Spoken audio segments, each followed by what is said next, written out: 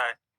मैं बताता हूँ ना क्या गलती हुई है। जब आपका बच्चा गाने सुन रहा था कि दम मारो दम मिट जाए गम, जब वो गाना सुन रहा था कि सूरज डूबा है यारो, दो घूंट नशे के मारो, गम तुम भुला दो सारे संसार के, तब तुम खुश हो रहे थे कि तुम्हारा बच्चा बड़ा मॉडर्न हो रहा है, तुम्हारा बच्चा बहुत संगीत की समझ रख रहा है, क्या बेहतरीन गाता है, क्या बेहतरीन ठुमके लगाता है इन गानों पर।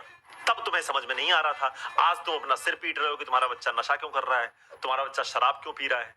जीवन में गम तो होगा ही, तो उसके मन में क्या बीज है कि दम मारो दम मिट जाए गम, तो दम मार रहा है। गम तो जीवन में आएगा, अवसाद तो जीवन का भाग है। और जब दुख आएगा उसके जीवन में, तो चूंकि उसने पढ़ा है कि सूरज डूबा है यारो, दो घूंट नशे के मारो, तो दो घूंट नशे के मारो और गम तुम बुला दो सारे संसार के। तो उसे सारे संसार के गम बुलाने हैं, वो दो घूंट नशे के मार रहा है। अब तुम रो रहे हो, उस समय तुम खुश हो रहे थे। तो सारी समस्या की जड़ तो यही है ना कि जो फूहड़ लिरिक्स संगीत के साथ बांध करके प्रस्तुत कर रहे हो और सिनेमा घरों में जाकर के बच्चे के साथ सामने सीटियां बजा रहे हो, तालियां बजा रहे हो। तो फिर क्या समझ रहे हो कि तुम्हारा जो बच्चा है वो स्वामी विवेकानंद बन जाएगा या महर्षि दयानंद सरस्वती की तरह तेजस्वी हो जाएगा। यही होगा। तुम थिएटर में सीटियां बजा रहे हो, तुम्हारा बच्चा सड़क पे सीटियां बजाएगा।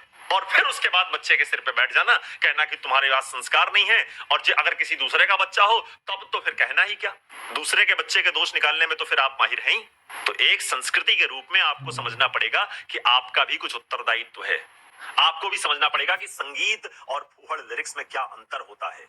ये उस बच्चे के मन में, उसके अवचेतन मस्तिष्क में बचपन से ही डालना होगा। मैं बताता